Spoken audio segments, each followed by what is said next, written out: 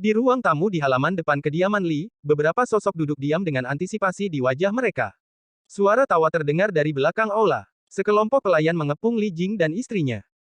Nyonya Yin, yang telah meminum pil roh yang diberikan Li Changshu padanya, telah turun dari tempat tidur dan menggendong anak yang sedang tidur itu. Li Jing mengikuti dari samping. Ekspresinya seolah-olah dia takut istrinya tiba-tiba pingsan. Beberapa tokoh besar di ruang tamu berdiri untuk menyambutnya. Tai Yi yang sempurna meletakkan tangannya di belakang punggungnya dan tersenyum. Bola matanya akan keluar. Dia terus mengangkat alisnya ke arah Yu Ding dan Li Changshu, seolah-olah dia mengatakan, lihat, aku lahir. Tidak, aku bereinkarnasi sebagai murid. Kuan Dong, yang berada di samping, tersenyum dan menyipitkan mata. Dia mengambil inisiatif untuk berjalan maju dan menilai calon jenderal pengadilan surgawi. Semakin dia memandangnya, semakin dia menyukainya. Dia memberi Li Changshu tatapan yang hanya bisa dimengerti oleh mereka berdua, jangan tertipu oleh sekte barat. Lindungi saja dia. Saya akan menjelaskan kepada leluhur Dao. Li Changshu mengangguk sambil tersenyum. Tujuan utama mengundang Kaisar Giok ke sini adalah pada level ini. Tai Yi yang sempurna berdeham. Aku mungkin juga menerima seorang murid sekarang. Li Changshu tersenyum dan berkata, kakak senior, mengapa kamu cemas? Apakah kamu takut seseorang akan merebut muridmu? Bagaimana anak kecil ini akan menyajikan teh? Kuan Dong menggoda dari samping. Aku juga sedikit ingin berburu. Tai Yi yang sempurna memelototi Li Changshu, kapan dia, Guru Agung Yin Yang, pernah mengalami keluhan seperti itu? Dia mengerutkan bibirnya dan hendak membalas. Sebelum dia bisa mengatakan apa-apa, Yu Ding yang sempurna mengguncang bola artefak Dharma di tangannya. Tai Yi yang sempurna hanya bisa tersenyum canggung dan berkata, saya benar-benar takut guru akan menjadi paman guru. Saya benar-benar takut guru akan menjadi paman guru dan saya akan kehilangan murid yang baik tanpa alasan. Li Changshu menggelengkan kepalanya dan tersenyum pahit. Dia merasa bahwa dia telah terpengaruh. Yu Ding yang sempurna dengan tenang mengubah topik pembicaraan. Komandan Li, sudahkah Anda memilih nama putra Anda? Li Jing buru-buru berkata, Suiza, giliran air. Tai Yi yang sempurna merenung dengan hati-hati dan mencubit jarinya untuk menyimpulkan, dia menggelengkan kepalanya dan berkata, murid saya ini lahir dengan kehidupan api. Agak tidak pantas memanggilnya Suiza. Lagi pula, mengapa Komandan Li selalu ada hubungannya dengan kata Za? Li Jing berkata, nama kedua saudara laki-lakinya adalah Jinza dan Muza. Kata Za digunakan oleh Dewa Pangu untuk menekan roh-roh jahat di dunia. Itu memiliki arti melenyapkan setan dan melindungi Dao. Jika Anda tidak memanggilnya Suiza, Anda bisa memanggilnya Huoza. Huoza juga tidak terlalu cocok. Agak kasar di telinga, Li Jing tidak menyerah. Huoza, Tai Yi yang sempurna berkata, ini tidak sebagus kedengarannya. Yang sempurna, ini. Li Jing mengerutkan kening dan menatap Tai Yi yang sempurna. Dia berkata dengan lembut, yang sempurna, bagaimana menurutmu? Kenapa kita tidak memanggilnya Lingza? Itu terlalu halus. Li Jing tidak tahu apakah harus tertawa atau menangis. Ada ribuan nama di dunia primordial. Separuh dari mereka memiliki kata, Ling. Itu terlalu umum. Seorang tertentu, yang sedang berkultivasi di tepi danau Gunung Xiaoqiong, merasa tersinggung. Kuan Dong tiba-tiba berkata, karena kamu menggunakan kata, Za, mengapa kita tidak menggunakan ide untuk menekan kejahatan? Masih ada aura pembunuh di tubuh anak ini yang tidak bisa dibubarkan. Itu berasal dari Vin Ancestor dan agak merepotkan. Mengapa kita tidak menggunakan kata, Neza, sebagai pendamping? Itu juga memiliki niat untuk menekan kejahatan dan mengusir setan. Di masa depan, siapapun yang memanggil namanya bisa membantunya menekan aura pembunuh di tubuhnya. Neza, bagaimana? Li Jing mengerutkan kening dan menatap Kuan Dong. Siapa ini? Apakah nama ini bagus? Dia telah belajar selama beberapa tahun, Neza. Apa yang kamu bicarakan? Baiklah. Li Changshu berteriak pelan dan memberinya acungan jempol. Dia memuji, Marsekal Kuan Dong memang layak atas reputasinya. Li Jing, cepat berterima kasih kepada Marsekal Kuan Dong karena telah menganugerahkan nama. Apel Adam Li Jing bergetar beberapa kali, dia berkata dengan tegas, terima kasih, Marsal. Kuan Dong menyipitkan mata dan terkekeh. Dia terus melihat wajah tidur Little Neza dan terkekeh. Lady Yin berkata dengan lembut, bisakah Anda memberi anak saya berkah? Aku pergi dulu. Kuan Dong berdeham dan merenung sejenak. Dia tampan, perkasa, dan pahlawan yang mengejutkan. Tai Yi yang sempurna tersenyum dan berkata, beban ini terlalu besar. Aku akan memberimu pesan. Berhati-hatilah dan bahagia. Yu Ding yang sempurna berpikir lama sebelum berkata, bangkitlah selangkah demi selangkah. Bunga teratai bermekaran.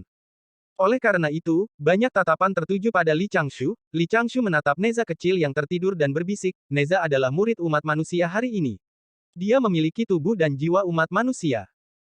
Saya berharap dia bisa membaca lebih banyak tentang ajaran orang bijak umat manusia di masa depan dan memahami prinsip-prinsip menjadi manusia, karena dia terlahir dengan kemampuan mistik, dia harus merenungkan dirinya sendiri dan membiarkan dirinya berjalan di jalan yang benar. Dunia telah berubah, dan dao manusia itu abadi. Saya harap Anda bisa menjadi orang yang dapat memikul harapan orang lain dan memiliki hati nurani yang bersih. Setelah mengatakan itu, Li Changshu mengeluarkan gelang yang tampak aneh dari lengan bajunya. Dia mengetuknya dengan lembut dengan jarinya, dan gelang itu terbagi rata menjadi 3 bagian. Dia meletakkannya di pergelangan tangan kiri Neza. Gelang itu berwarna emas tua. Ada 3 titik bulat kecil di atasnya, itu berisi gumpalan rune dao misterius. Jelas bahwa itu bukan barang biasa. Li Changshu menjelaskan, ini adalah benda kecil yang saya sempurnakan sebelumnya. Benda ini mengandung 3 mutiara. Ia memiliki efek menyerap aura berbahaya kapan saja dan juga memiliki efek peringatan, jika mutiara menyala, itu melambangkan aura pembunuh di tubuh Neza. Jika 2 mutiara menyala, itu berarti Neza akan kehilangan kendali atas aura pembunuhnya. Jika 3 mutiara menyala pada saat yang sama, apa yang salah? Li Jing bertanya dengan cemas. Melarikan diri. Li Changshu berkata dengan suara rendah, untuk melawan aura kutukan, Neza telah menyatukan kekuatan Dharma dari kehidupan sebelumnya. Selama bertahun-tahun, saya telah menggunakan formasi susunan untuk mencuci aura kutukan dan memberinya kekuatan spiritual tanpa akhir energi. Ketika dia berada di dalam kandungan ibunya, dia tidak tercemar. Dia dekat dengan Dao dan bermain dengannya. Meskipun kekuatan Dharma di tubuhnya dalam keadaan diam, selama mereka meletus, Li Jing, kamu jelas bukan tandingannya. Jika aura buruk mengamuk, Anda harus memindahkan makhluk hidup di sekitarnya secepat mungkin. Li Jing terdiam. Yin Xi mengerutkan kening dan memeluk anaknya dengan erat. Li Jing bertanya dengan lembut, apakah anak ini akan menyakiti orang yang tidak bersalah? Tidak apa-apa. Li Changshu tersenyum dan berkata, saya berbicara tentang skenario terburuk. Saya akan menjaganya sampai dia belajar mengendalikan aura yang merusak. Li Jing, apakah kamu ingat buku-buku yang kuberikan padamu? Li Jing tertegun dan buru-buru mengangguk. Itu dia, kata Li Changshu. Di masa depan, kamu akan mengesampingkan setengah dari tugas militermu. Pergi ke kamp militer di pagi hari dan pulang ke rumah di siang hari. Jika Anda bahkan tidak bisa mengajari putra Anda dengan baik, Anda tidak layak menjadi orang tua. Oke, Li Jing menangkupkan tangannya dan membungkuk. Aku akan mengingat ajaran ayah baptis. Kuan Dong bertanya, bisakah pahala menekan aura yang merusak? Marshal, jangan khawatir. Li Changshu menatap wajah lembut Neza. Dia awalnya adalah makhluk abadi kecil yang lembut. Hah. Tai yang sempurna mau tidak mau mulai khawatir lagi. Pada saat yang sama, di tembok kota timur Centang Pas, beberapa sosok berhenti dan melihat ke arah kediaman Li. Xiong Lingli mendecakkan lidahnya dan tertawa kecil. Apa itu abadi generasi kedua? Ini abadi-abadi generasi kedua yang legendaris, kan? Dia dilahirkan dengan reputasi yang sangat besar. Yang Jian tersenyum dan berkata, Ling, adik Neza pantas mendapatkannya. Golden Rock meletakkan tangannya di belakang punggung dan tampak seperti seorang ahli. Dia berkata dengan suara lama, guru telah menghabiskan begitu banyak usaha. Dia secara alami memiliki harapan yang tinggi untuk Neza. Saya berharap Neza dapat memenuhi harapannya dan menjadi pria yang gigih sesegera mungkin. Xiong Lingli berkata, saya merasa bahwa kita tidak bisa memberi terlalu banyak harapan kepada anak-anak. Ini adalah tekanan. Omong-omong, Tuan King Yuan yang sempurna. Dentang. Xiong Lingli melemparkan 2 palu tembaga ke tembok kota dan menghancurkannya, menciptakan retakan. Ayo bertarung. Apakah kita masih ingat bahwa kamu memukul pergelangan kaki kita? Yang Jian tersenyum canggung. Aku tidak ingin berani dan bertarung dengan kejam. Jika aku punya energi, aku harus melawan iblis. Raja Wali Emas berkata, mengapa kita tidak bertanding? Aku akan memberimu 10 kali jumlah kekuatan Dharma yang kamu gunakan untuk membunuh iblis. Yang Jian tidak bisa berkata-kata. Apa yang sedang terjadi? Mengapa bawahan Paman Tuan Canggeng suka berani dan kejam? Pergi keluar 5 benua. Mata Yang Jian berbinar saat dia melihat Raja Wali Emas. Golden Rock mengangguk sambil tersenyum. Sosoknya terbang ke langit dan menghilang dengan deru. Melampaui ujung dunia. Yang Jian melompat dan berubah menjadi tubuh utama Raja Wali Emas. Seni misterius 89 beredar dan tubuhnya meninggalkan garis emas saat dia mengejar Raja Wali Emas. Ah! Xiong Lingli menatap mereka berdua saat mereka pergi. Kemudian, dia menghela nafas dengan sedih dan diam-diam merasakan penghinaan. Apakah karena saya tidak cukup kuat dan tidak cukup besar? Anda harus memilih orang untuk bertarung. Ui, setengah penyihir dengan 2 ekor kuda mengayunkan tinjunya ke arah Yang Jian dan Raja Wali Emas pergi. Kemudian, dia memutar matanya dan melompat ke bawah tembok kota dengan palu perunggunya, dia berlari menuju tempat para prajurit surgawi berkumpul. Lain kali aku bertemu denganmu, aku akan menginjak kakimu. Aku akan menginjaknya dulu dan kemudian menjadi lebih besar. Wahahaha. Keesokan harinya, semua orang di Centang Pas mengatakan bahwa Komandan Li telah mendapatkan tuan muda ketiga, dia imut dan terlihat abadi. Koki dan pengemudi kereta dari markas militer yang pergi membeli memuji tuan muda ketiga ke surga. Dia berkata bahwa dia berbakat, lugu, dan memiliki otak yang kuat, dia bisa berbicara 2 jam setelah dia lahir, berjalan 4 jam setelah dia lahir, dan menendang shuttlecock 6 jam setelah dia lahir. Seolah-olah mereka telah melihatnya dengan mata kepala sendiri. Lady Li telah hamil selama hampir 3,5 tahun, masuk akal jika ada lebih banyak fenomena setelah kelahiran embrio roh.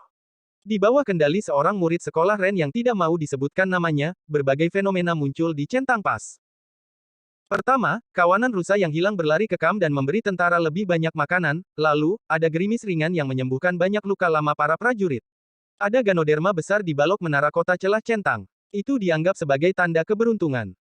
Saat matahari terbenam, sejumlah besar cahaya muncul di hutan di barat, seolah menandakan datangnya keberuntungan. Dikabarkan secara luas bahwa tuan muda ketiga dari keluarga Li benar-benar bintang keberuntungan di Centang Pas.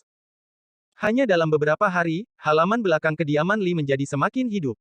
Setelah Little Neza lahir, dia tidur sebentar. Kemudian, dia memulai penjelajahan dunia pertamanya dengan semangat tinggi. Pertama, dia digendong oleh Lady Yin dan berjalan mengelilingi halaman. Neza kecil meronta beberapa kali dan menunjuk ke tanah dengan jari kelingkingnya. Segera, dia didukung oleh Lady Yin dan mencoba mengambil 2 langkah di jalan batu dengan bertelanjang kaki. Nona Yin khawatir, tetapi Neza kecil sudah berjalan dengan mantap dalam 2 atau 3 langkah.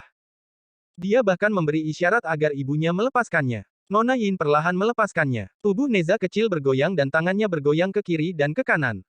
Lady Yin buru-buru mendukungnya. Setelah mencoba beberapa kali, Neza kecil sudah melewati tahap belajar berjalan. Ketika Li Jing kembali ke kediaman pada siang hari, dia melihat ke arah pria berbaju dudou yang berlarian di halaman belakang.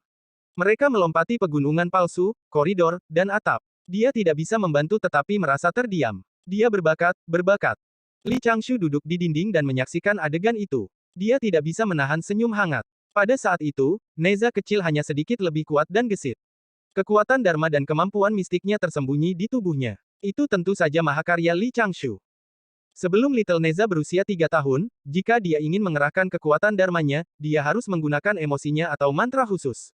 Ketika Neza berusia 3 tahun, batasan abadi yang ditetapkan Li Changshu akan hilang dengan sendirinya. Dalam 3 tahun terakhir, ini adalah momen kritis untuk mendidik Neza dan membiarkannya belajar mengendalikan emosi dan aura pembunuhnya. Li Changshu sudah mengambil keputusan. Sebagian besar perhatiannya terfokus pada tempat itu. Selain pergi ke Pulau Tiga Dewa untuk menjelaskan perihang, nanti, dia tidak berencana untuk pindah. Dia tidak terburu-buru untuk ikut campur dan memberi Neza lebih banyak waktu untuk dihabiskan bersama keluarganya. Namun, Tai yang sempurna, yang bersembunyi di kegelapan, sedikit tidak sabar, sebulan kemudian, Tai yang sempurna muncul lagi. Kali ini, dia mengendarai awan dari barat. Tubuhnya dikelilingi oleh cahaya abadi. Dia melepas jubah merahnya dan berganti menjadi jubah Taois hijau. Dia memegang kocokan ekor kuda dan terlihat jauh lebih bermartabat dan hikmat. Ketika Tai yang sempurna tiba di depan kediaman Li Jing, dia telah menarik perhatian banyak manusia. Bahkan ada yang abadi berlutut untuk berdoa dan memohon yang abadi untuk memberi mereka pil. Li Jing bergegas keluar. Neza kecil digendong oleh Lady Yin dan melihat sekeliling. Tai yang sempurna menyebarkan sedikit cahaya abadi dan dengan tenang melayang ke kediaman. Dia mengangkat alisnya pada Little Neza. Komandan Li, saya datang seperti yang dijanjikan. Saya di sini untuk menerima tuan muda Anda sebagai murid saya. Li Jing berkedip. Kapan dia membuat janji? Kenapa dia tidak tahu? Yang sempurna ini benar-benar terlalu bersemangat. Dia sangat bersemangat sehingga Li Jing tidak bisa tidak curiga jika Tai yang sempurna ingin bersaing dengannya untuk mendapatkan hak asuh Neza kecil. Yang sempurna, anak itu baru berumur 1 bulan. Sebulan sudah sangat tua. Tai yang sempurna menarik lengan Li Jing dan berkata dengan lembut, mari kita menjadi murid terlebih dahulu dan menetapkan nama. Ada banyak masalah. Li Jing merasa tak berdaya, tapi dia hanya bisa setuju.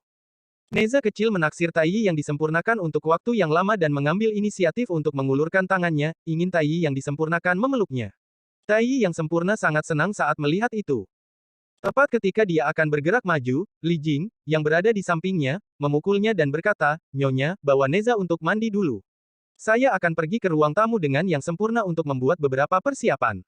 Lady Yin berkedip dan tersenyum hangat. Dia membawa Neza dan melayang pergi. Tai yang sempurna tidak bisa berkata-kata. Li Jing memberi isyarat mengundang dan tersenyum. Yang sempurna, tolong. Yang sempurna, tolong. Li Changshu, yang tidak jauh dari situ, mengangkat alisnya. Mengapa saya merasa kedua pria ini cemburu satu sama lain? Itu harus menjadi ilusi. Setelah beberapa saat, Neza mengakuinya sebagai tuannya dalam keadaan linglung. Tai yang sempurna akhirnya mendapatkan apa yang diinginkannya. Dia memeluk Neza sebentar dan terkekeh puas. Yang sempurna juga murah hati. Dia dengan santai mengeluarkan gelang dan meletakkannya di pergelangan tangan Neza, dia bahkan belajar sepatah kata pun dari Li Changshu, gadget. Itu gadget. Harta karun Luminous Conate kelas atas, cincin kosmik. Itu bisa menaklukkan iblis dan menekan iblis. Itu bisa besar atau kecil. Li Jing buru-buru berkata, yang sempurna, harta ini. Tai yang sempurna mengabaikannya sepenuhnya, dia mengambil sutra merah lain dan melilitkannya di lengan Neza. Sutra itu perlahan berkibar dan dengan lembut bergesekan dengan tubuh kecil Neza. Ini mainan kecil. Sutra surgawi dapat digunakan untuk menahan musuh yang kuat dan mengaduk alam semesta. Harta karun Luminous Conate kelas atas tidak layak disebut, itu tidak layak disebut. Biarkan anak itu bermain dengannya. Li Jing dibuat terdiam. Tai yang sempurna tersenyum dengan tenang dan menatap Li Jing dengan puas. Kemudian, dia mengeluarkan satu demi satu item dari lengan bajunya. Neza, apakah kamu menyukai batu bata primordial chaos ungu emas ini? Ayo, ayo, ayo. Pedang harta karun Yin yang ini adalah karyaku yang paling membanggakan. Aku telah memurnikan tombak untukmu baru-baru ini. Aku sudah mempercayakannya pada Grandmaster penyempurnaan senjata, Yun Zongzi. Aku telah menggunakan lebih dari 10 harta karun Luminous Conate. Li Jing, Lady Yin, dan Li Changshu, yang menonton dari samping, terdiam. Oleh karena itu, sebulan kemudian, Neza kecil bisa mengucapkan kata-kata sederhana. Dia tidak akan melukai dirinya sendiri ketika dia berlari dan melompat. Dia juga bisa meninggalkan kediaman. Dia suka berjalan-jalan di jalanan dan melompat-lompat kemana-mana. Dia selalu diikuti oleh pelayan berpangkat tinggi dari kediaman Li, Wang Chang'an. Dalam keadaan normal, seorang anak nakal yang suka melompat ke atap dan tembok serta menginjak-injak kios tentu saja akan mengundang kritik. Mereka akan mengatakan bahwa anak itu sangat nakal. Namun, ketika Neza kecil menginjak kios sayuran, menjatuhkan buah-buahan, dan merusak genteng, seorang pelayan kediaman Li membuang sejumlah besar uang. Adegan berubah drastis. Tuan muda ketiga, kemarilah. Tuan muda ketiga keluar lagi. Semuanya, cepat siapkan kiosnya. Tuan muda ketiga yang baru saja keluar dari oven paling suka permen. Tuan muda ketiga yang lewat, lihat. Tindakan ini sangat mendorong kemakmuran bisnis centang pas dan mendorong dorongan masyarakat untuk berbisnis. Itu juga bisa dianggap sebagai kontribusi luar biasa terhadap peningkatan PDB dunia primordial. Sebenarnya, Li Changshu hanya ingin mengakhiri rumor agar tidak mempengaruhi kondisi mental Neza. Lagi pula, dia baru saja lahir. Secara objektif, dia masih bayi. Hari itu, Neza kecil melompat keluar kota. Dia melihat bahwa langit di luar cerah dan angin sepoi-sepoi, dia berlari tanpa alas kaki di ladang di lereng bukit. Sosoknya riang, dan tawanya melayang bolak-balik. Li Changshu tiba-tiba mengangkat alisnya dan menyembunyikan sosoknya. Neza melompat ke kiri dan ke kanan. Segera, dia merasa sedikit lelah, dia mengendus dan tertarik dengan sebuah desa dengan aroma sayuran. Dia berlari sambil meneteskan air liur. Hah! Neza kecil tiba-tiba menemukan sesuatu. Dia dengan rasa ingin tahu pergi ke bawah jendela yang terbuka dan bersandar ke jendela untuk melihat ke dalam. Di dalamnya ada tenda kembang sepatu, seorang tuan muda tampan dengan wajah seperti batu giok dan sosok ramping sedang memeluk seorang wanita cantik dengan gaun kasar. Dia berbicara dengannya dengan hangat. Cantik, tahukah kamu bahwa perasaanku padamu telah ditentukan saat aku melihatmu?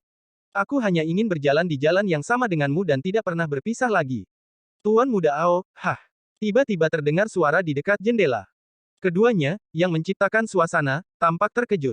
Mereka buru-buru berbalik dan melihat sepasang mata indah di dekat jendela. Mereka menghela napas lega. Tuan muda Ao berkata, cantik, apakah ini putramu? Tuan muda, jangan bicara omong kosong.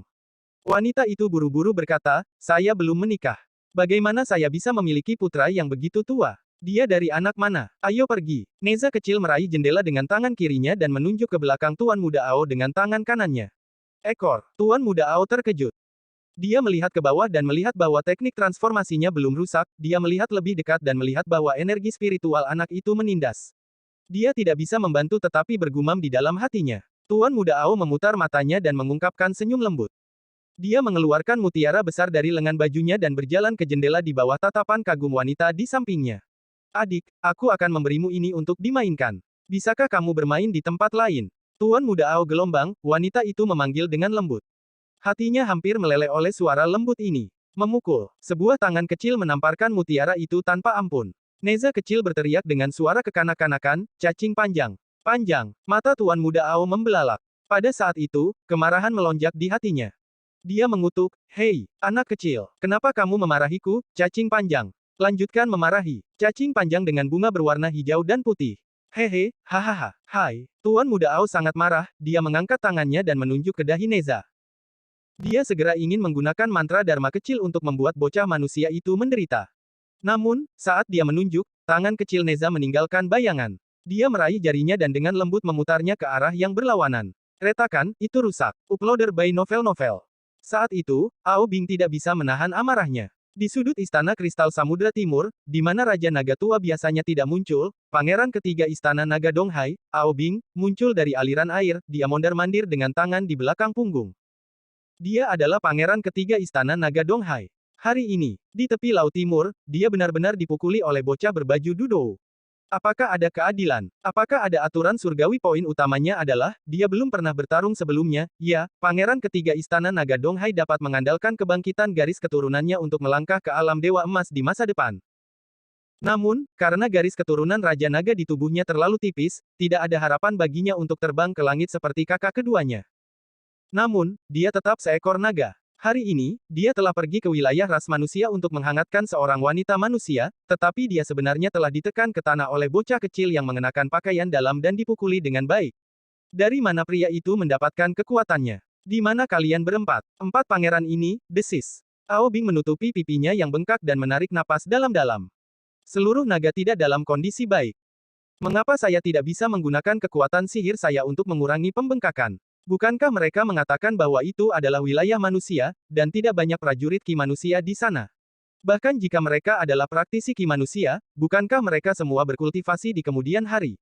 Bagaimana mungkin manusia bisa begitu kuat di usia yang begitu muda? Penjaga, ini, apakah Anda memanggil kami, Yang Mulia? Yang Mulia, mengapa Anda bengkak? Di luar aula, sekelompok pengawal naga akhirnya mendengar teriakan Ao Bing dan bergegas mendekat. Ao Bing tidak bisa tenang, dan kebencian di hatinya tidak bisa dihilangkan. Wajah tampannya memiliki lingkaran mata hitam dan merah, dan sudut mulutnya bengkak, itu adalah pemandangan yang mengerikan bagi para penjaga. Pangeran ketiga bajingan itu akhirnya mendapatkan apa yang pantas dia dapatkan. Hanya beberapa tahun sejak menetas, tapi itu telah melukai begitu banyak wanita naga dan klan laut. Itu juga menyebabkan begitu banyak naga yang penuh gairah berakhir dengan penyesalan. Ini adalah impian para penjaga. Yang Mulia, siapa yang menyakitimu, kamu harus membawa kami saat kamu keluar. Kamu masih muda, dan garis keturunanmu belum banyak terbangun. Ini adalah kenyataan yang harus dihadapi para penjaga. Ao Bing menunduk dan memuntahkan seteguk darah. Dia menarik napas dalam-dalam. Ikuti aku untuk menemukan boneka itu. Para penjaga saling memandang dan setuju dengan marah. Mereka mengikuti di belakang Ao Bing. Namun, salah satu dari mereka diam-diam menghancurkan jimat batu giok di lengan bajunya. Di kedalaman Istana Naga, Raja Naga Samudra Timur sedang berbaring di singgasana. Matanya dalam, dan tidak ada yang tahu apa yang dia pikirkan. Ao Bing membawa para penjaga kembali ke sekitar celah centang. Awan hitam melonjak dan guntur bergemuruh. Para penjaga berubah menjadi naga biru dan bergejolak di awan untuk sementara waktu, tetapi mereka tidak menemukan keberadaan pria di Dudou itu. Sebagian besar kemarahan Ao Bing menghilang. Dia mengutuk ke arah centang pas. Jangan biarkan aku melihatmu lagi. Lalu dia berpikir bahwa mungkin ada makhluk abadi yang kuat di belakang bocah nakal ini. Dia berpura-pura murah hati dan mendengus dingin. Dia membawa beberapa penjaga kembali ke Istana Naga. Rumah Li. Neza kecil sudah lelah bermain. Dia tidur nyenyak di samping Nyonya Yin dengan gelembung ingus di ujung hidungnya. Di sudut kediaman Li, Li Changshu berbaring di kasur empuk yang dibuat khusus oleh para pelayan berpangkat tinggi. Perasaan abadinya menatap punggung Ao Bing dan dia tidak bisa menahan diri untuk berpikir keras. Orang ini, dia luar biasa lemah. Itu mungkin yang dikatakan tombak perak berkepala lilin. Tingkat kultivasinya sedikit dangkal. Kunci aura di tangan kiri Neza hanya menyala sedikit. Haruskah saya membiarkan Aoyi ikut campur dalam masalah ini? Li Changshu mengalihkan perhatiannya ke pengadilan surgawi dan memandangi para naga muda yang sedang melatih angkatan laut di tepi sungai surgawi. Dia tidak bisa menahan senyum. Lupakan. Saya harus menjaga jarak dari Aoyi dan Ao Bing untuk menghindari memperkuat persaudaraan mereka. Ketika Li Changshu hendak menarik kembali perhatiannya dan melihat ke prefektur Ji, di mana pertempuran besar akan meletus, indranya yang abadi tiba-tiba menangkap sesuatu yang aneh di Samudra Timur. Seekor naga kecil diam-diam berenang keluar dari ombak, setelah berubah menjadi manusia, ia bersembunyi dan mengukur sekelilingnya. Dengan mantra dharmanya, dia diam-diam bergerak menuju desa yang telah dia tinggalkan dalam keadaan menyedihkan. Mimpi lama berlanjut hari ini.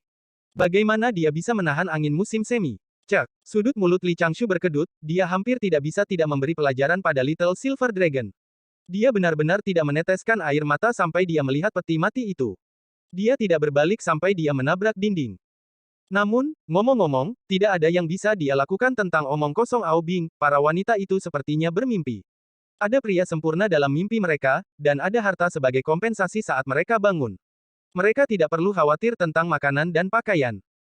Jika Li Changshu ingin menemukan beberapa korban untuk bersaksi melawan Ao Bing, dia mungkin akan dimarahi oleh para wanita itu karena usil. Ao Bing mengandalkan kata-kata berbunga-bunga dan tidak menggunakan kemampuan atau mantra mistis apapun.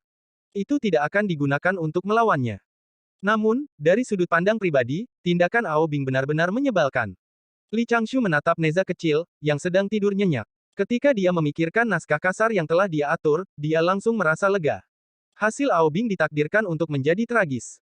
Dong dong dong, suara genderang perang yang cepat melesat di jantungnya.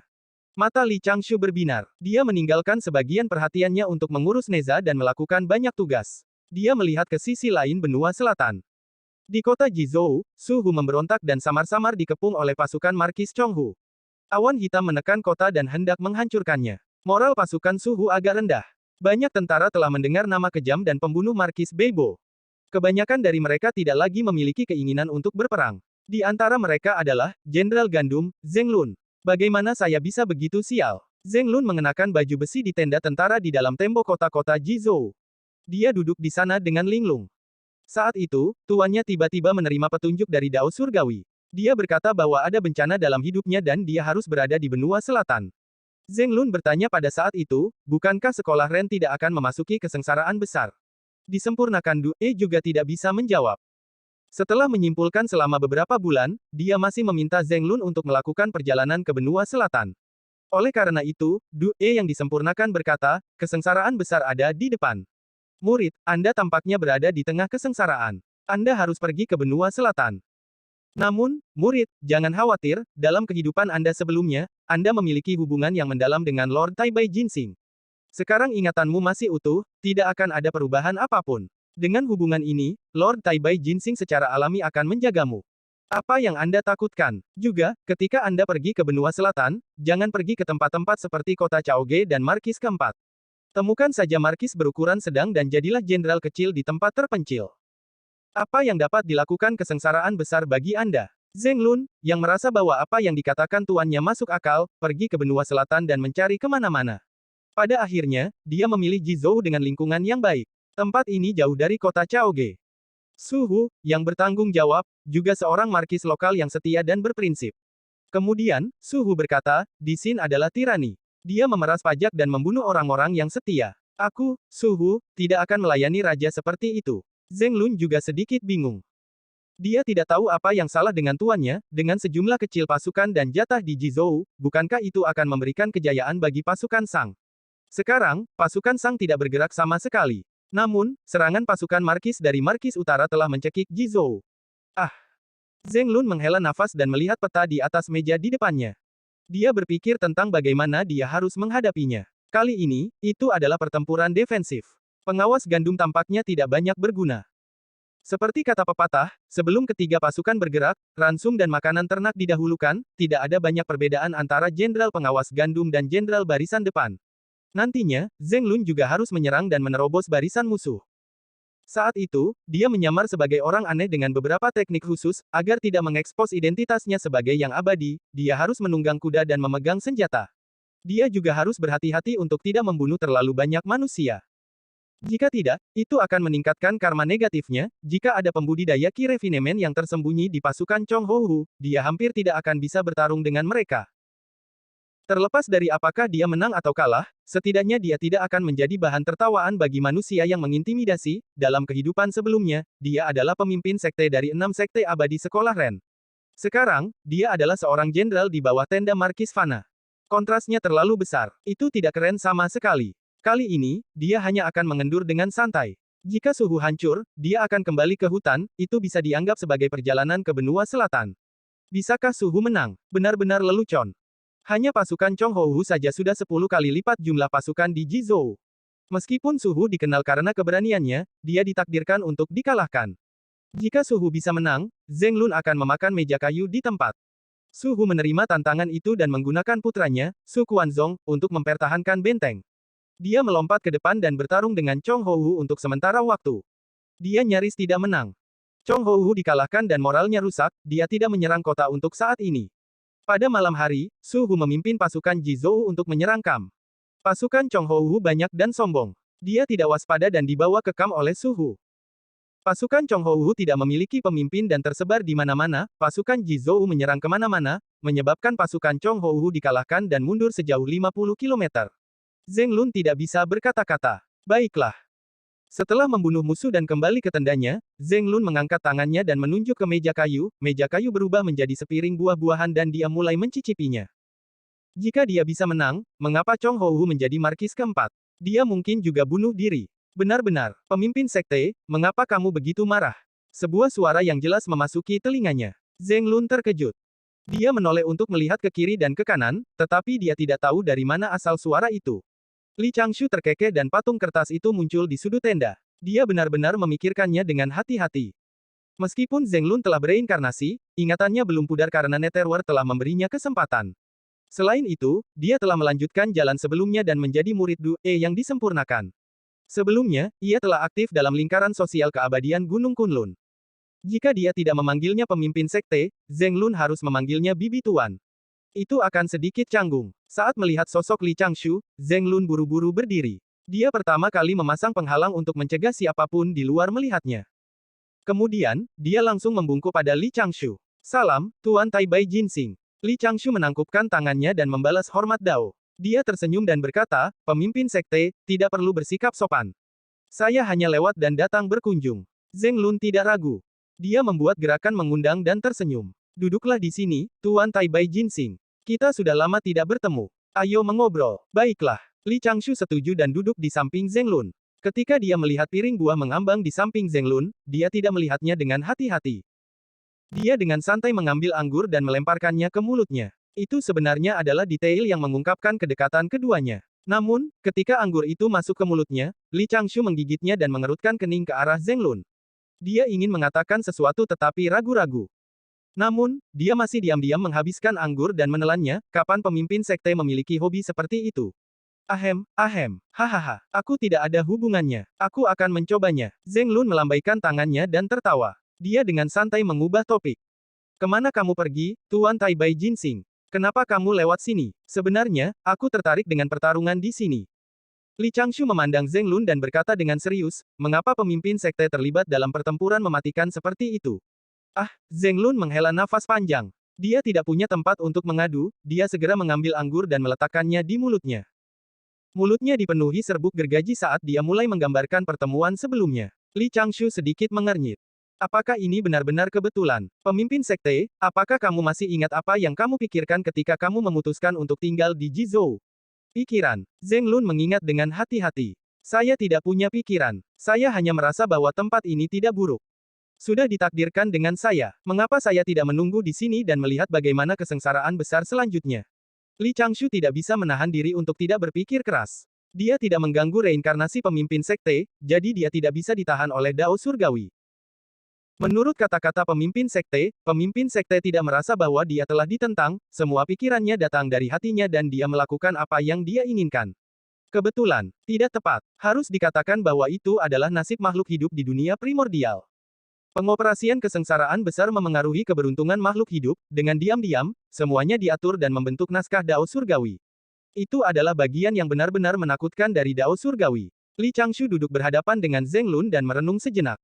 Segera, ekspresinya kembali normal dan dia mengobrol dengan Zheng Lun tentang hal-hal menarik di Jizhou. Li Changshu secara alami tahu bahwa keabadian dari sekolah Jie akan segera datang untuk membantu Chong Houhu. Nama orang itu adalah Chong Heihu. Dia adalah adik laki-laki Chong Houhu. Sebelumnya, dia diam-diam dibawa pergi oleh makhluk abadi sekolah Jie. Dalam 2 tahun terakhir, dia baru saja kembali ke benua selatan untuk menjadi pejabat dan mengolah beberapa mantra Dharma.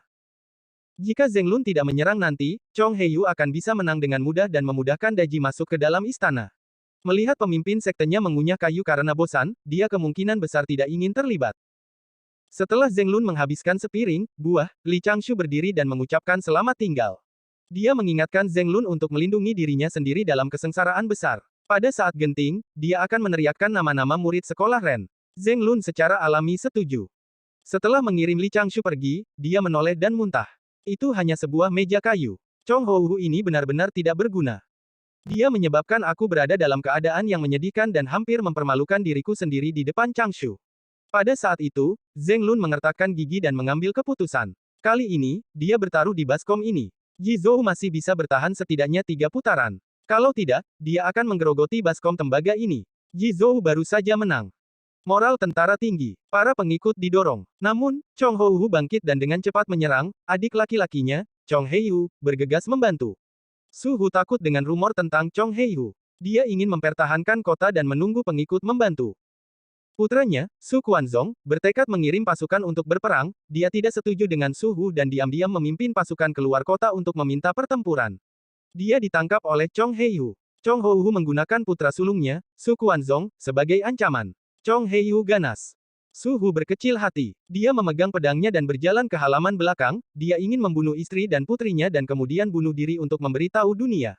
Namun, putrinya, Daji, sangat cantik. Su Hu tidak bisa membunuhnya. Dia merasa lebih murung. Dia hanya bisa diam-diam mencari bantuan dari Marquis of Shibo, Ji Chang, dan menawarkan putrinya ke Di Xin. Suatu malam, di tempat iring-iringan pengantin Ji Zhou mendirikan kemah, seorang jenderal Ji Zhou memeluk baskom dan meneteskan air liur.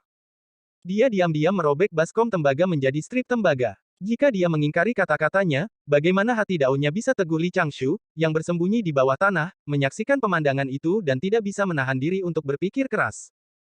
Apakah itu cara saya mengolah mantra Half dari 2 Qi di aperture saya? Itu bukan masalah kecil. Itu memang aneh. Kakak, apakah kamu benar-benar tidak akan ikut campur dalam masalah ini? Di Tri Immortal Island, di tempat yang dipenuhi awan. Di ujung koridor, Qiong Xiao duduk di bangku batu dan bertanya. Di samping, Yun Xiao menghadapi Cloud Sea Fog Lake dan berkata dengan lembut, tidak perlu khawatir tentang itu. Bukankah Sister Ling mengatakannya dengan sangat jelas? Peri Henge pergi mencarinya untuk sesuatu yang mendesak. Qiong Xiao mendengus dan berkata, kurasa dia tidak akan berani berpikir. Namun, jika Anda tidak mengungkapkan pendirian Anda, dia mungkin yang menguji Anda. Mengapa kita tidak mengambil kesempatan ini untuk meledakkan dan mengingatkan mereka yang mengingini kecantikan kakak ipar? Yun Xiao tersenyum tak berdaya dan berjalan kembali ke meja batu untuk duduk. Bi Xiao membawa nampan batu giok dan mengendarai awan dari jauh. Ada anggur abadi yang baru saja diseduh, Yun Xiao berkata dengan lembut, sebelumnya, kamu dan aku melihat masalah tentang umat manusia di tempat guru. Dia juga terlibat. Dia seharusnya masih bermasalah. Obor umat manusia tampaknya telah diteruskan kepadanya. Beban ini pasti cukup berat. Umat manusia. Lupakan saja, Qiong Xiao menggelengkan kepalanya. Aku tidak mengerti apa yang dipikirkan umat manusia. Mereka memang cukup kuat. Sejak zaman kuno, mereka telah melewati masa sulit itu dan menjadi karakter utama dunia. Tawa Bi Xiao datang dari samping. Mengapa kamu berbicara tentang masalah yang begitu serius? Jangan bicarakan ini, kata Yun Xiao. Sudah lama kita bertiga tidak berkumpul seperti ini. Hari ini, kita akan minum dan bersenang-senang. Kita tidak boleh terlalu mabuk. Itu bisa dianggap membantumu menyelesaikan kekhawatiran tidak bisa keluar. Qiong Xiao menyipitkan mata dan terkekeh. Siapa yang ingin mengatasi kekhawatiran tidak bisa keluar? Kak gelombang, Yun Xiao memelototi Qiong Xiao. Dia mengecilkan lehernya dan menundukkan kepalanya untuk minum dengan patuh. Ah, Yun Xiao mengambil cangkir batu giok di depannya dan perlahan membasahinya dengan bibirnya. Dia tidak bisa membantu tetapi menjadi linglung. Namun, dia hanya minum setengah cangkir anggur. Sebelum dia bisa mengatakan apa-apa, awan di luar Tri Immortal Island melonjak. Aura yang akrab memasuki pulau dan bergegas. Dia mengerutkan kening. Yun Xiao meletakkan cangkir anggurnya dan berdiri untuk menyambutnya. Dia memanggilnya kakak laki-laki bersama dengan 2 saudara perempuannya. Orang itu tentu saja adalah Zhao Gongming.